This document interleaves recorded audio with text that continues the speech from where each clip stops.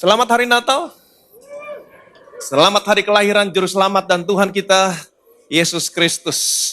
Saya percaya hari Natal adalah hari yang istimewa yang banyak dinanti-nantikan oleh sebagian besar orang percaya. Alkitab berkata, begitu besar kasih Allah akan dunia ini sehingga dia mengaruniakan anaknya yang tunggal. Allah memberikan anaknya datang ke dalam dunia ini supaya setiap orang yang percaya kepada anaknya tidak binasa tetapi beroleh hidup yang kekal. Allah memberikan anaknya datang ke dalam dunia ini. Jadi Allah saudara, Allah saya bukan Allah yang tinggal diam duduk-duduk di surga memberikan hukum, perintah, peraturan kepada manusia untuk ditaati, dilakukan. Kemudian kalau manusia nggak melakukan, Allah menghukum, mengutuk manusia. Tidak. Allah adalah kasih. Allah begitu mengasihi saudara, begitu mengasihi saya. Waktu saudara dan saya gagal, jatuh dalam dosa, terhilang, Allah datang ke dalam dunia ini. Alkitab berkata pada mulanya adalah firman, firman itu bersama-sama dengan Allah, firman itu adalah Allah. Dan firman itu telah menjadi manusia, Allah datang ke dalam dunia ini menjadi manusia. Dan kita telah melihat kemuliaannya Allah yang datang ke dalam dunia ini. Kita telah melihat kemuliaannya sebagai anak tunggal Bapa, penuh kasih karunia, penuh kebenaran. Amin. Penuh kasih karunia, penuh kebenaran. Jadi Yesus adalah Allah yang datang ke dalam dunia ini menjadi manusia. Seorang pribadi yang penuh dengan kasih karunia. Dia datang ke dalam dunia ini untuk mencari dan menyelamatkan yang hilang. Banyak orang Kristen yang berkata, oh saya menemukan Tuhan 10 tahun yang lalu, oh saya menemukan Tuhan 7 tahun yang lalu. Kamu menemukan Tuhan berapa tahun yang lalu? Saya menemukan Tuhan 5 tahun yang lalu. Saya mengerti ekspresi saudara. Tapi mohon maaf, sepertinya saudara salah. Bukan saudara yang menemukan Tuhan, Tuhan yang menemukan saudara. Karena bukan Tuhan yang hilang, kamu yang hilang. Yesaya berkata, kita masing-masing sesat seperti domba yang mengambil jalannya sendiri-sendiri. Allah berkata kepada Yeskiel, seperti seorang gembala yang mencari domba-dombanya yang tercerai-berai dari kawanannya pada waktu gelap dan pada waktu hari berkabut. Demikianlah aku akan mengumpulkan domba-dombaku yang hilang dari segala tempat. Jadi bukan Tuhan yang hilang, kita yang terhilang. Yesus juga pernah mengatakan perumpamaan tentang seekor domba. Siapakah di antara kamu yang memiliki 100 ekor domba, hilang satu, tidak meninggalkan yang 99, mencari satu yang hilang sampai dia menemukannya? Ada gembala yang demikian? Tidak ada. Kenapa? Karena kalau dia tinggalin yang 99, pergi mencari satu yang hilang, kemungkinan dia kembali, risiko kehilangan lebih banyak lagi.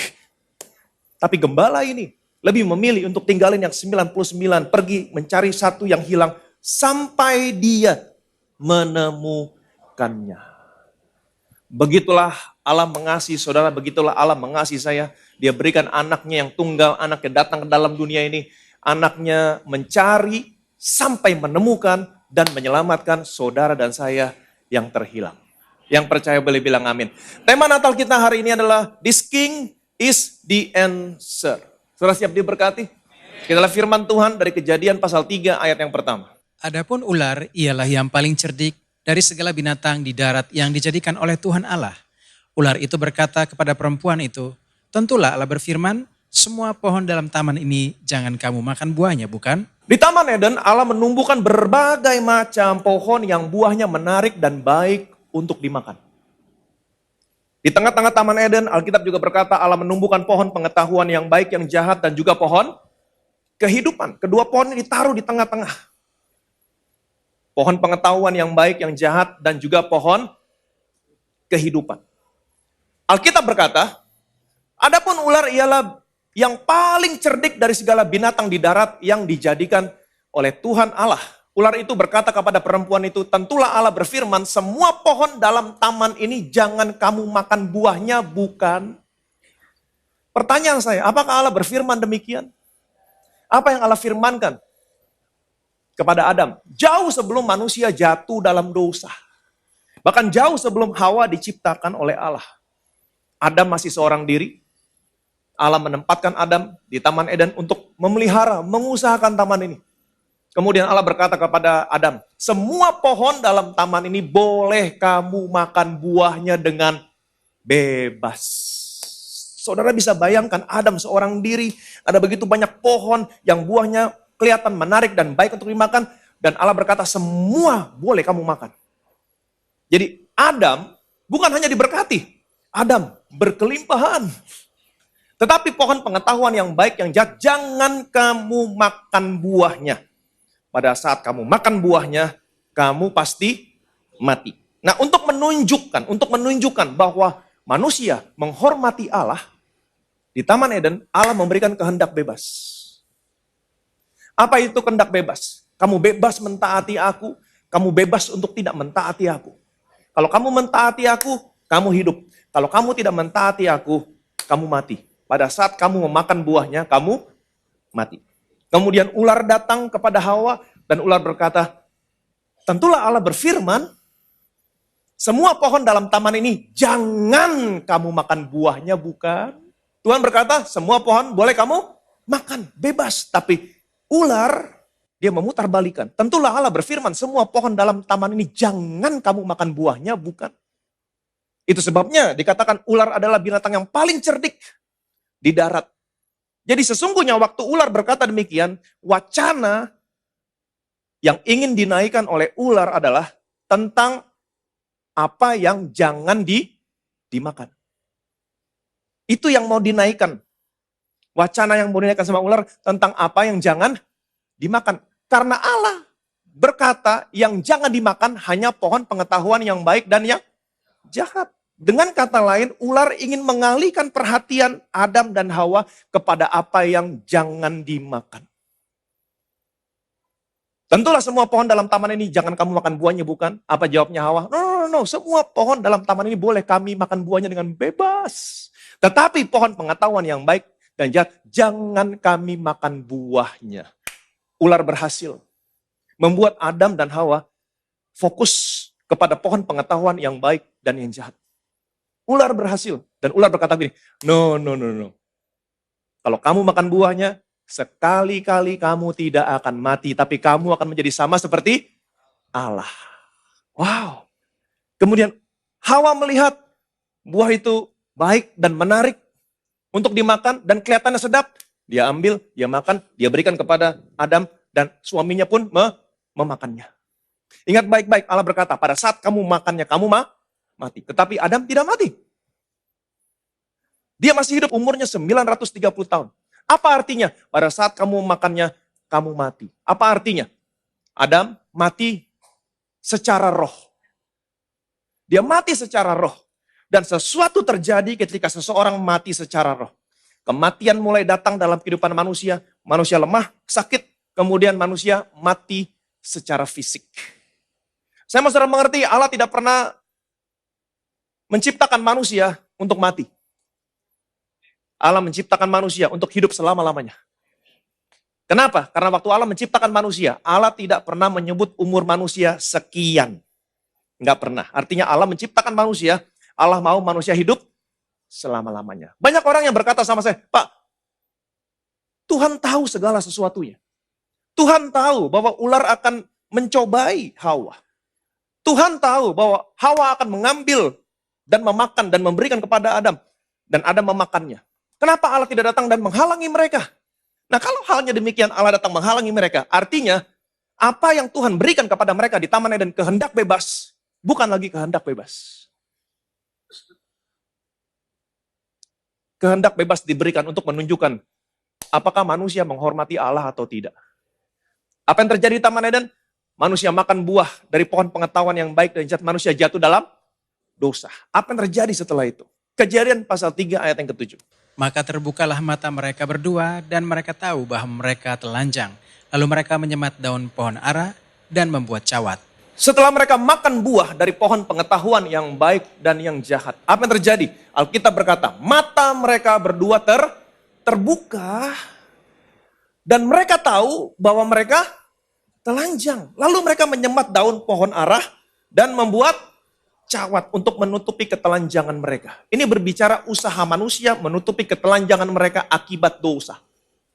Manusia mengandalkan kekuatannya untuk membuat dirinya benar di hadapan Tuhan. Apa yang terjadi selanjutnya? Ayat yang ke-8, 9.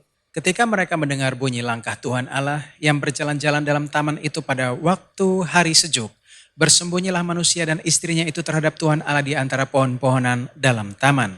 Tetapi Tuhan Allah memanggil manusia itu dan berfirman kepadanya, "Di manakah engkau?" Jadi setelah manusia jatuh dalam dosa, waktu mereka mendengar bunyi langkah Tuhan Allah di Taman Eden, apa yang mereka lakukan? Mereka bersembunyi.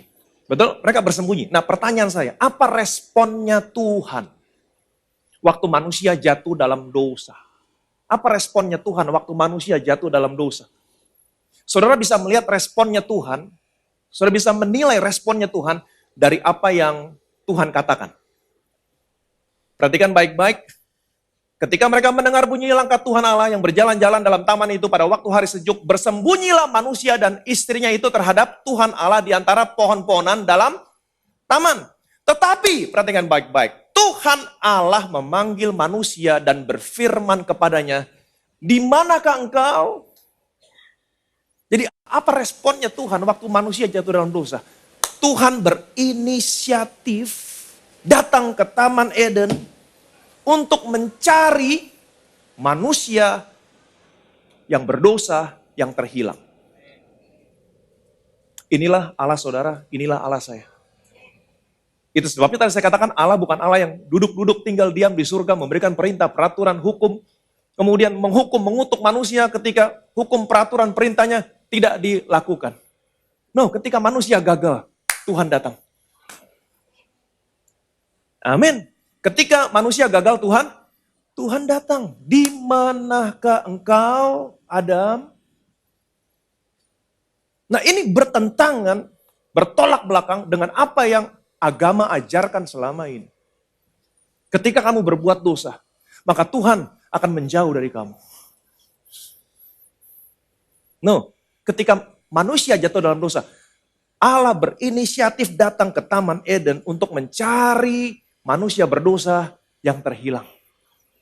Dan gak sampai di sini. Ayat 21, perhatikan baik-baik. Dan Tuhan Allah membuat pakaian dari kulit binatang untuk manusia dan untuk istrinya itu, lalu mengenakannya kepada mereka. Dan Tuhan Allah membuat pakaian dari kulit binatang untuk manusia dan untuk istrinya itu Hawa, lalu mengenakannya kepada mereka. Kalau Allah membuat pakaian dari kulit binatang, artinya ada binatang yang dipotong. Ada binatang yang dikorbankan. Allah mengorbankan binatang sebagai korban pengganti untuk dosanya Adam dan Hawa. Betapa luar biasa. Kemudian dari kulitnya, dari binatang yang dikorbankan, kulitnya Allah buat pakaian dan Allah mengenakan kepada Adam dan Hawa.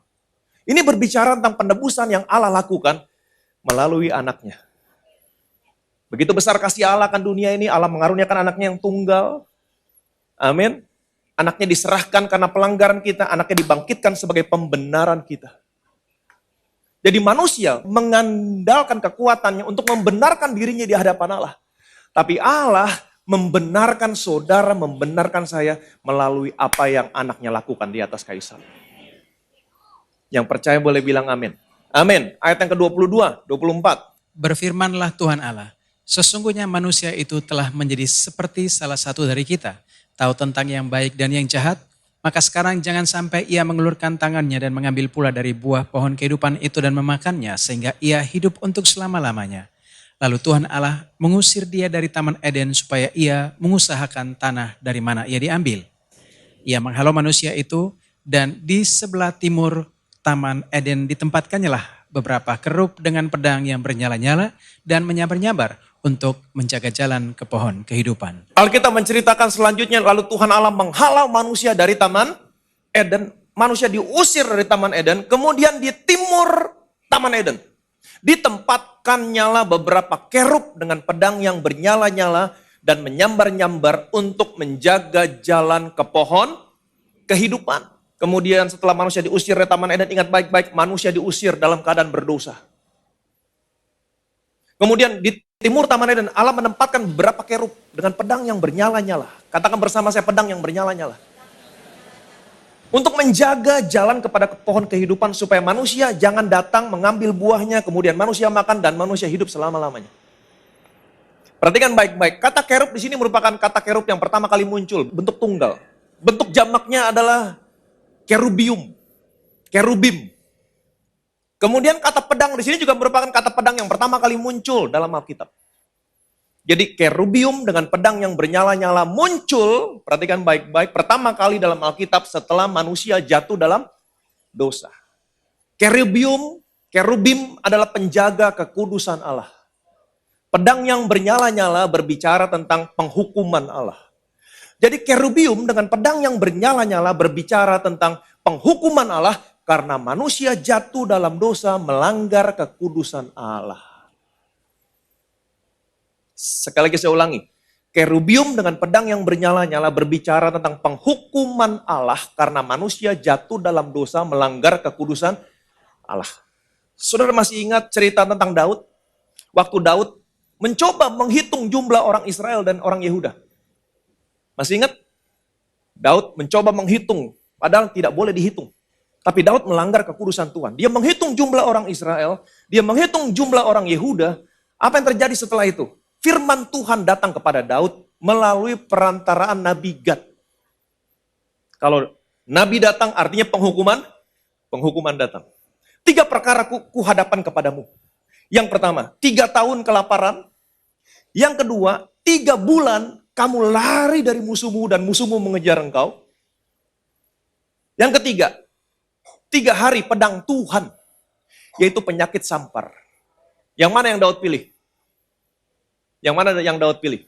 Daud berkata, sangat sulit hatiku, tapi lebih baik aku jatuh ke tangan Tuhan, karena besar kasih sayangmu. Dia pilih pedang Tuhan 3 hari. Dia pilih pedang Tuhan 3 hari.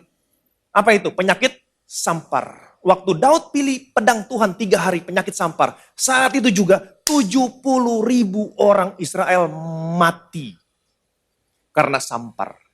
Kemudian Daud melihat ke langit, dia lihat ke atas dan dia melihat ada seorang malaikat Tuhan berdiri antara langit dan bumi. Di atas tempat pengirikan milik Ornan, orang Yebus. Dan Daud melihat malaikat itu berdiri dengan pedang yang terhunus yang diacungkan ke arah Yerusalem. Malaikat dengan pedang yang terhunus berbicara penghukuman Allah karena manusia jatuh dalam dosa melanggar kekudusan Allah. Apa yang Daud lakukan ketika dia melihat ada malaikat Tuhan dengan pedang yang terhunus yang diacungkan ke arah Yerusalem? Apa yang dia lakukan? 1 Tawari. Lalu Daud mendirikan di sana mezbah bagi Tuhan, mempersembahkan korban bakaran dan korban keselamatan dan memanggil Tuhan. Maka Tuhan menjawab dia dengan menurunkan api dari langit ke atas mezbah korban bakaran itu.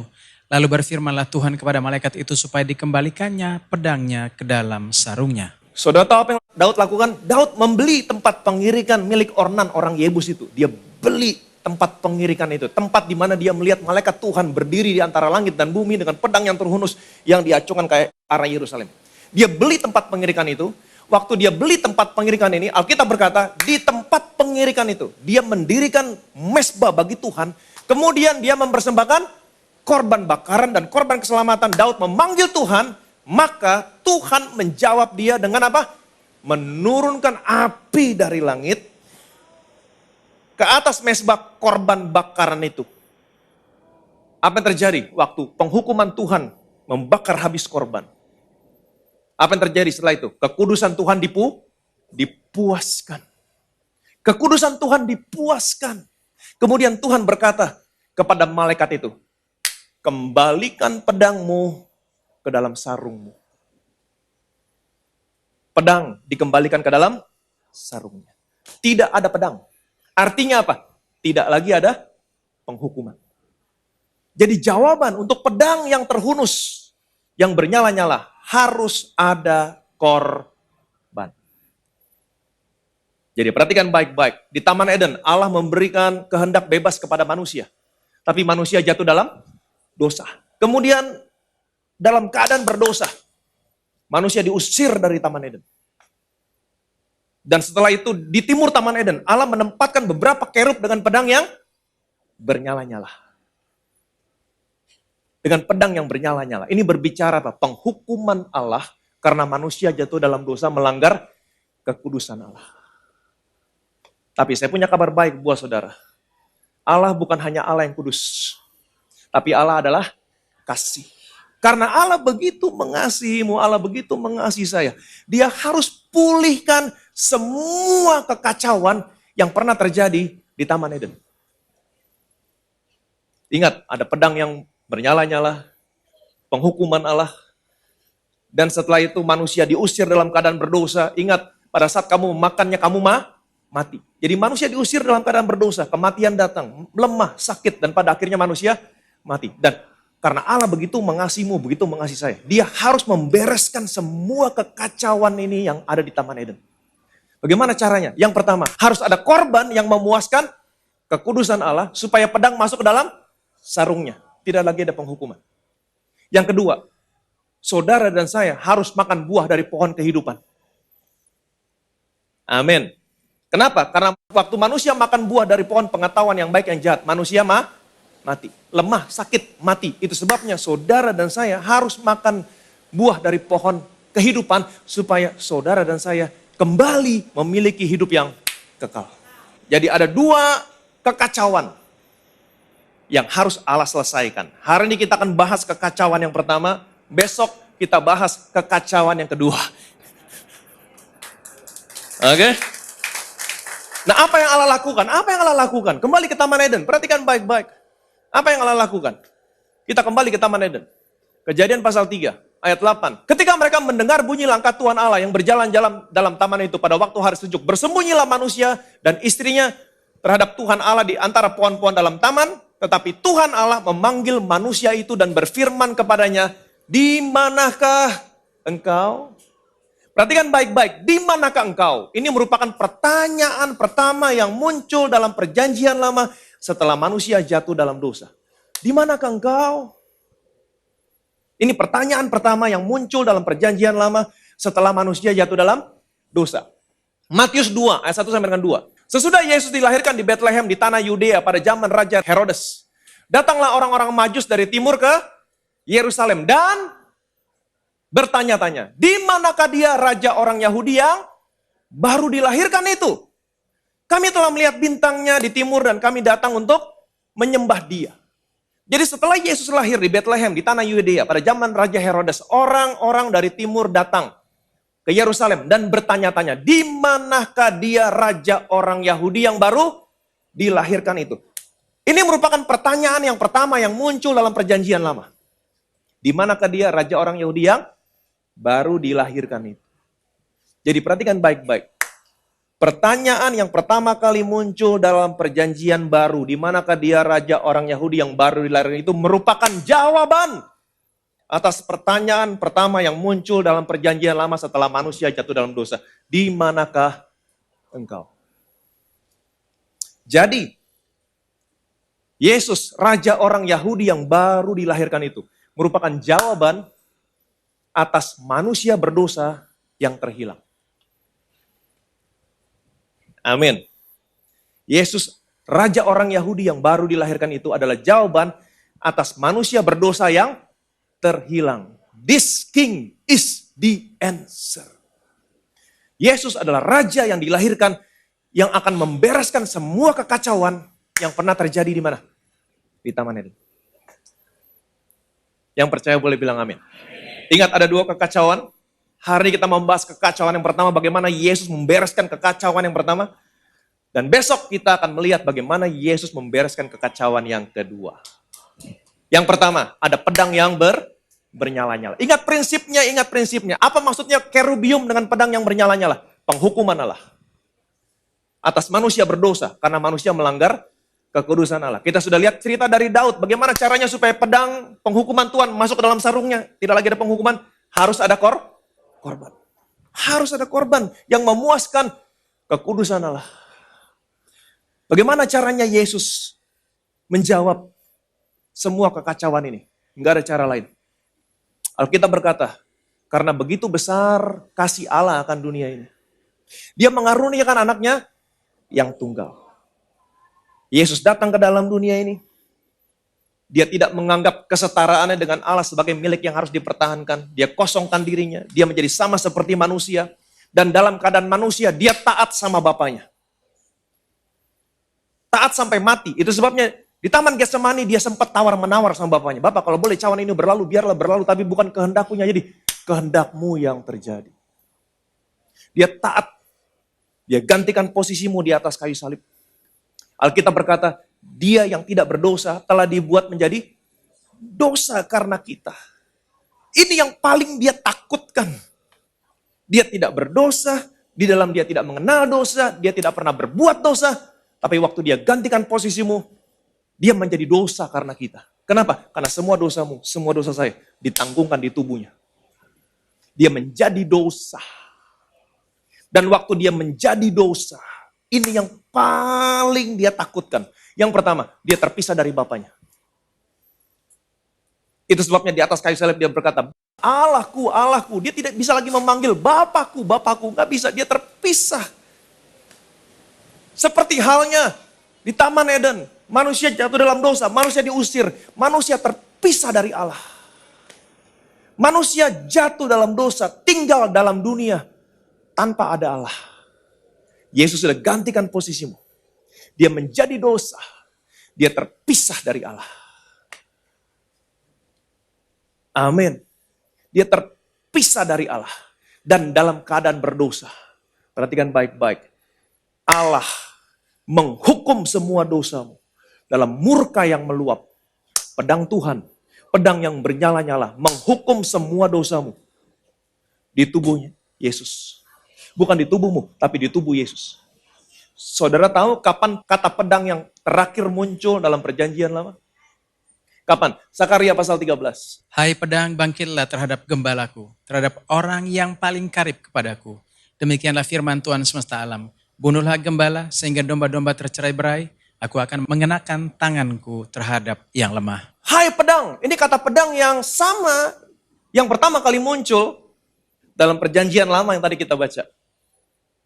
Allah menempatkan beberapa kerub dengan pedang yang bernyala-nyala. Jadi pedang yang bernyala-nyala di Taman Eden butuh korban untuk masuk kembali ke dalam sarungnya. Dan ini kata pedang yang terakhir kali muncul dalam perjanjian lama. Hai pedang, bangkitlah terhadap gembalaku, terhadap orang yang paling karib kepadaku.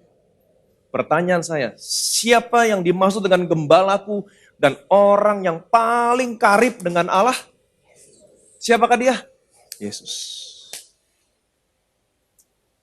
Ayat ini, bunuhlah gembala, sehingga domba-domba tercerai. Ayat ini digenapi waktu Yesus tergantung di atas kayu salib. Menerima semua penghukuman yang seharusnya menjadi bagian kamu, bagian saya. Dia terima semua penghukuman demi penghukuman. Dan ketika dia terima penghukuman yang terakhir, zup, dia berkata, finish. Selesai. Kalau penghukuman selesai, apa yang terjadi? Saya percaya, sama seperti waktu Daud mempersembahkan korban. Ini gambaran ketika api Tuhan turun atas korban. Kekudusan Allah dipuaskan. Tuhan berkata kepada malaikat, sarungkan pedangmu. Dan saya percaya ketika Allah menghukum semua dosamu di tubuh anaknya. Orang yang paling karib dengan dia. Gembalaku. Ketika Allah menghukum semua dosamu, penghukuman demi penghukuman. Ketika penghukuman terakhir, Yesus berkata, finish, selesai. Dan saya percaya, Allah berkata kepada kerubium, sarungkan pedangmu. Sarungkan pedangmu. Artinya apa? Tidak lagi ada penghukuman. Tidak lagi ada penghukuman. Amin. Tidak lagi ada penghukuman. Nah, apa buktinya tidak lagi ada penghukuman? Apa buktinya? Apa buktinya pedang sudah masuk ke dalam sarungnya? Pada hari yang ketiga, setelah Yesus mati, Maria pergi ke kubur Yesus. Betul? Maria pergi ke kubur Yesus dan Maria melihat batunya sudah terguling. Kemudian Maria melihat ke dalam kubur Yesus. Apa yang Maria lihat? Apa yang Maria lihat? Yohanes pasal 20 ayat 11 sampai dengan 12. Tetapi Maria berdiri dekat kubur itu dan menangis. Sambil menangis ia menjenguk ke dalam kubur itu. Dan tampaklah olehnya 2 orang malaikat berpakaian putih, yang seorang duduk di sebelah kepala dan yang lain di sebelah kaki di tempat mayat Yesus terbaring. Tetapi Maria berdiri dekat kubur itu dan menangis. Sambil menangis ia menjenguk ke dalam kubur. Apa yang dia lihat? Dia melihat 2 orang malaikat berpakaian putih, kerubium. Dia melihat kerubium. Ingat, bentuk tunggal, kerub. Kalau 2 apa namanya? Kerubium. Dia melihat kerubium. Sedang apa kerubium? Masih memegang pedang yang terhunus? Tidak. Dia melihat kerubium sedang duduk. Apa artinya duduk? Rest. Pekerjaan sudah selesai. Amin. Sedang duduk, yang satu di bagian kepala, yang satu di bagian kaki, tempat di mana Yesus dibaringkan. Masih ada pedang? Tidak ada pedang. Dia sudah menyelesaikan pekerjaannya dengan baik. Tidak lagi ada penghukuman. Dia sudah menjadi korban yang memuaskan kekudusan Allah. Sehingga hari ini saya percaya waktu itu Allah berkata, sarungkan pedangmu. Dan ini dibuktikan. Waktu Yesus mati, Maria melihat ada 2 kerubim sedang duduk dan tidak ada pedang. Tidak ada pedang. Dia sudah menyelesaikan pekerjaannya dengan baik. Tidak lagi ada penghukuman. Itu sebabnya waktu malaikat Gabriel menampakkan diri kepada para gembala. Ini berita yang disampaikan. Perhatikan baik-baik. Lukas 2. Di daerah itu ada gembala-gembala yang tinggal di padang menjaga kawanan ternak mereka pada waktu malam. Tiba-tiba berdirilah seorang malaikat Tuhan di dekat mereka dan kemuliaan Tuhan bersinar meliputi mereka dan mereka sangat ketakutan. Lalu kata malaikat itu kepada mereka, jangan takut sebab sesungguhnya aku memberitakan kepadamu kesukaan besar untuk seluruh bangsa. Hari ini telah lahir bagimu juru selamat, yaitu Kristus, Tuhan di kota Daud. Dan inilah tandanya bagimu. Kamu akan menjumpai seorang bayi dibungkus dengan lampin dan terbaring di dalam palungan. Hari ini telah lahir bagimu juru selamat, yaitu Kristus Tuhan di kota Daud. Dan inilah tandanya bagimu, inilah tandanya juru selamat, inilah tandanya Yesus menyelamatkan kamu. Apa tandanya? Kamu akan menemukan seorang bayi dibungkus lampin, dibaringkan di mana? Dalam palungan. Palungan bukan seperti palungan yang digambarkan di mal-mal terbuat dari kayu. Enggak, palungan adalah tempat makan domba. Terbuat dari batu. Inilah tandanya bagimu juru selamat. Kamu akan menemukan seorang bayi dibungkus lampin, dibaringkan di atas batu. Ayat ini sesungguhnya memberitahukan bagaimana Yesus menyelamatkan kamu. Enggak ada cara lain. Dia harus mati. Dia harus mati. Dia mati, dibungkus kain kafan, dibaringkan di atas kubur batu. Supaya apa? Dia menjadi korban pengganti yang memuaskan kekudusan Allah. Pedang sudah masuk ke dalam sarungnya. Hari ini saya punya kabar baik. Tidak lagi ada penghukuman buat orang-orang yang dalam Kristus Yesus. Tidak lagi ada penghukuman. Bilang sama kiri kanan saudara, tidak lagi ada penghukuman. Nah, apa hasilnya kalau tidak lagi ada penghukuman? Ayat 14, 13, perhatikan baik-baik. Kabar sukacitanya tidak berhenti sampai di situ. Dan tiba-tiba tampaklah bersama-sama dengan malaikat itu sejumlah besar bala tentara sorga yang memuji Allah, katanya, kemuliaan bagi Allah di tempat yang maha tinggi dan damai sejahtera di bumi di antara manusia yang berkenan kepadanya. Dan tiba-tiba tampaklah bersama-sama dengan malaikat itu sejumlah besar bala tentara sorga yang memuji Allah, katanya, kemuliaan bagi Allah di tempat yang maha tinggi dan damai sejahtera di bumi di antara orang yang berkenan kepadanya. Damai sejahtera di bumi kepada orang yang benar di hadapannya. Amin. Ingat baik-baik. Slide berikutnya. Pada hari yang ketiga, Allah membangkitkan Yesus dari kematian. Untuk apa Yesus dibangkitkan dari kematian? Bukan karena dia anak Allah, dia memang anak Allah, tapi bukan itu alasannya Allah membangkitkan Yesus dari kematian. Bukan. Apa alasannya Allah membangkitkan Yesus dari kematian? Ingat baik-baik. Yesus diserahkan karena pelanggaran kita. Untuk apa dia dibangkitkan? Dia dibangkitkan karena pembenaran kamu. Jadi semua orang yang percaya sama Yesus, Yesus bukan hanya mati sebagai korban pengganti supaya tidak lagi ada penghukuman, tapi kalau kamu percaya Yesus bangkit, saudara dan saya hari ini adalah orang yang dibenarkan karena iman dalam Kristus Yesus. Bilang sama kiri kanan, kamu orang yang dibenarkan karena iman dalam Kristus Yesus. Apa hasil pembenaran? Apa hasilnya pembenaran ini? Apa hasilnya?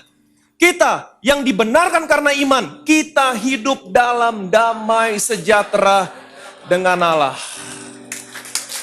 Kemuliaan bagi Allah di tempat yang maha tinggi dan damai sejahtera bagi orang yang berkenan kepadanya.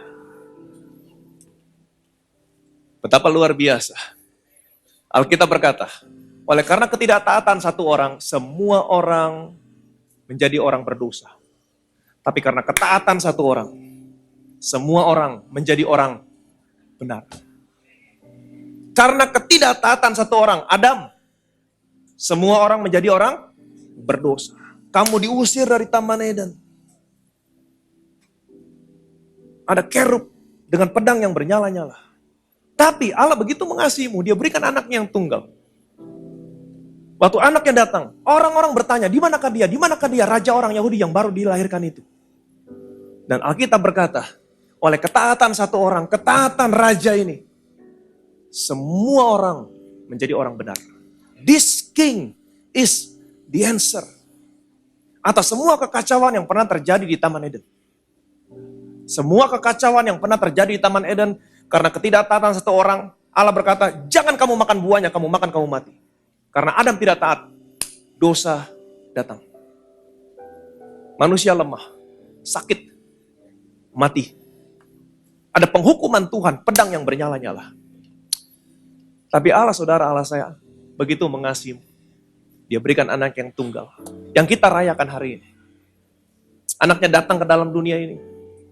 Waktu anaknya datang, orang-orang bertanya-tanya, di manakah dia raja orang Yahudi yang baru dilahirkan itu? Ini merupakan jawaban atas pertanyaan pertama yang terjadi di Taman Eden waktu manusia jatuh dalam dosa. Di manakah engkau? Manusia berdosa, terhilang tanpa Allah dalam dunia ini. Tapi Allah begitu mengasihi. Dia datang, amin. Dia tinggalkan surga yang mulia. Dia tidak menganggap kesetaraannya sebagai Allah yang harus dipertahankan. Dia kosongkan dirinya, dia datang ke dalam dunia, dia menjadi manusia. Dia taat sampai dia mati. Dia menjadi korban pengganti. Supaya pedang yang terhunus yang bernyala-nyala, kekudusan Tuhan dipuaskan. Waktu dia mati, hai pedang, bunuh gembala. Bunuh orang yang paling karib denganku. Ini ayat digenapi ketika dia tergantung di atas kayu salib. Oleh ketaatan satu orang, semua orang menjadi orang benar. Itu sebabnya Alkitab berkata, damai sejahtera di bumi kepada orang yang berkenan, yang benar di hadapannya. Jadi hari ini saya punya kabar baik buat saudara, inilah berita Natal. Kalau kamu percaya sama Yesus, hari ini tidak lagi ada penghukuman. Dan kamu, saya hidup dalam damai sejahtera dengan Allah di bumi ini. Shalom, peace. Apa artinya shalom, peace? Kamu hidup dalam shalomnya Tuhan. Shalom, peace, health, wholeness, prosper, protection. Kamu hidup dalam kesehatan. Kamu hidup dalam perlindungan Tuhan. Kamu hidup dalam berkat-berkat Tuhan yang berlimpah. Amin. Lalu diberkati? Oke, kekacauan pertama sudah selesai. Kekacauan pertama sudah selesai. Kalau saudara punya waktu besok datang, lihat bagaimana Yesus membereskan kekacauan yang kedua. Ingat baik-baik? Yaudah nanti bocor, besok aja. Saudara diberkati? Saudara bersuka cita? Biarlah kebenaran ini memerdekakan kamu. Kamu tahu kebenaran? Kebenaran ini memerdekakan kamu. Tidak lagi ada penghukuman. Kenapa? Karena kekudusan Allah sudah dipuaskan. Yesus sudah menjadi korban pengganti. Dan hari ini kamu dibenarkan di hadapan Allah. Apa hasilnya?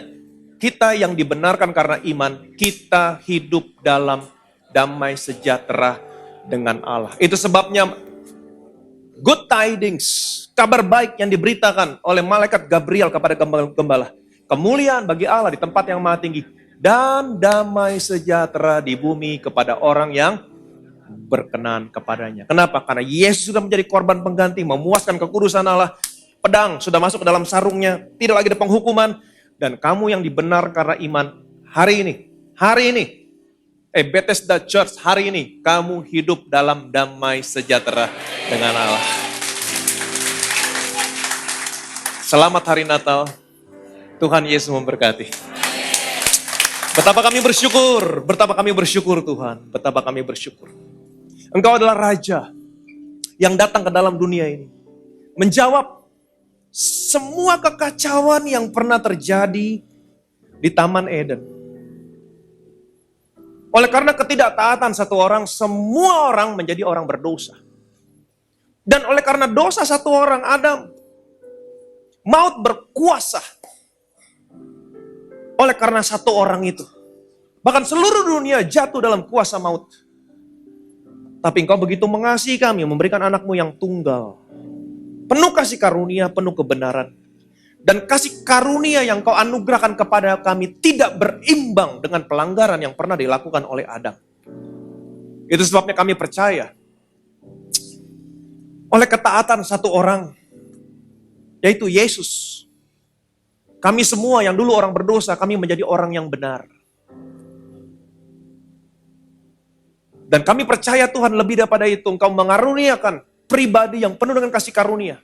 Dan hari ini,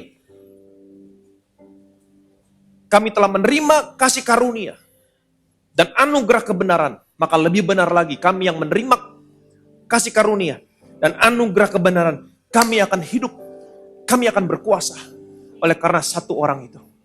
Betapa kami bersyukur Tuhan hari ini. Yesus sudah menyelesaikan pekerjaannya dengan baik, menjadi korban pengganti yang memuaskan kekudusan Allah. Tidak lagi ada pedang. Maria pergi ke kubur Yesus dan dia melihat dua orang malaikat duduk. Yang satu di bagian kepala, satu di bagian kaki. Tidak lagi ada pedang. Tidak lagi ada penghukuman. Karena engkau telah memberikan tubuhmu sebagai korban pengganti yang memuaskan kekudusan Allah. Sehingga hari ini, kami yang percaya kepadamu, percaya kebangkitanmu, kami dibenarkan karena iman dalam Kristus Yesus. Dan kami yang dibenarkan, kami hidup dalam damai sejahtera dengan Kau. Health, wholeness, prosper, peace of mind. Kami percaya Tuhan hari ini. Kami mendengar kabar baik, kami mendengar berita Natal. Kami akan pulang dalam damai sejahtera. Kami pulang membawa kesehatan yang daripadamu. Kami pulang membawa perlindungan yang daripadamu. Kami pulang membawa berkat-berkat yang berlimpah. Tidak lagi ada penghukuman. Engkau selalu ada di pihak kami Tuhan. Kau bukan pihak yang menentang kami. Tapi Engkau Allah yang selalu ada di pihak kami. Satu hal yang kami bisa katakan ketika Engkau di pihak kami. Siapakah lawan kami? Amin. Tidak ada yang bisa memisahkan kami dari kasih-Mu Tuhan. Kemiskinan, pedang, atau apapun, tidak ada yang bisa memisahkan kami dari kasih Kristus. Segala kemuliaan, segala hormat, segala pujian hanya bagi nama Tuhan kita Yesus Kristus. Semua yang percaya, yang diberkati, yang hidup dalam damai sejahtera dengan Allah. Sama-sama kita katakan, amin.